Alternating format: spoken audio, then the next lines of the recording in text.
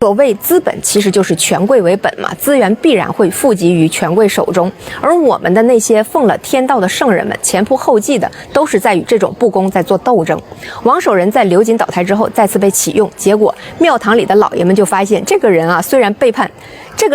是阶级的叛徒，但是他真好用啊，让他干啥都能成。一个书生剿匪很有两把刷子，他去的地方匪患没了，民生励志很快恢复，连文化都搞好了。于是先去漳州，又到赣南，再重议王守仁把速战速决、攻心为上的战略运用的炉火纯青。其实仔细一看，王守仁真正的不二法门，其实就是对赣南地区的阶级分析，谁是主犯，谁是胁从，哪些是匪患的受益者，哪些是可以争取的对象。所以无论是剿匪还是后来的平叛宁王，都是以非常巧妙的方式，极小的损失取得了胜利。如今崇义县城修建的非常美丽，就是因为在梅岭和阳明山之间很有种桃花源的那种感觉，路极狭厚，豁然开朗。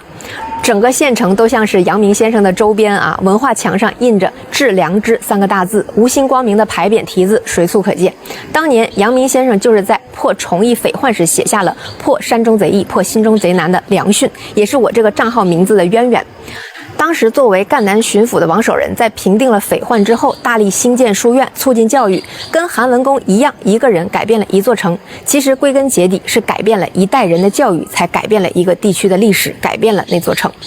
而沿着苏东坡游览过的100江湾少一湾的上游江行至赣州的路上，景色和千岛湖畔的淳安非常相似。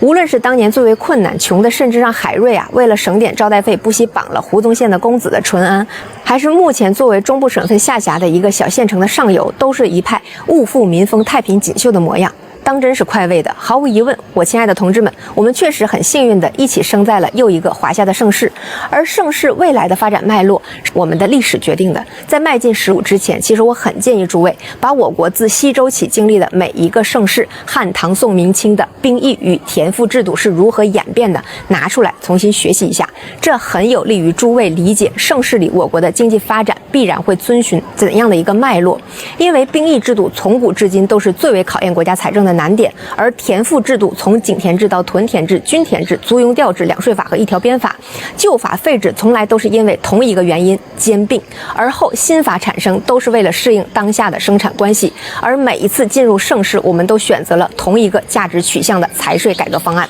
这不是偶然的相似，也不是独属于封建旧时代的政治文明，而是我们这个历史从未断绝的文明的来时路，是决定着我们未来选择的一个必然的指向。我认为想要看懂现在的政策指引，必须要理解曾经每一个带来了盛世的财税改革的本质。这个主题呢，我也会在10月7号晚上7点的时候直播给大家做一个分享，欢迎大家预约我的直播哈。其实我也由衷的赞叹我记得高中历史考试，土地、财税制度、兵役制度以及历代变法一直都是重点中的重点。现在长大了，真正进行了理论研究和实践，才发现这些高中时的必考内容其实就是国家运行的最根本、最重要的经验和规律。从某种程度上说，这也算是如果不做权贵你根本用不上的内容。但是如同那些先贤们真正对我们的文明的贡献，不是构筑自己的个人的历史功绩，而是深刻的影响了历史上的一代人甚至几代人，是通过对人的改造实现了对历史的改造，进而实现了对于我们整个文化价值倾向的改造。那么曾经那些用分数锚定的考点，在我现在看起来又何尝不是用整个教育系统发挥当年圣人们的功绩和作用呢？让每个人都有能力用知识把握住时代的脉搏，而非把某些真相专供给用得上的阶层。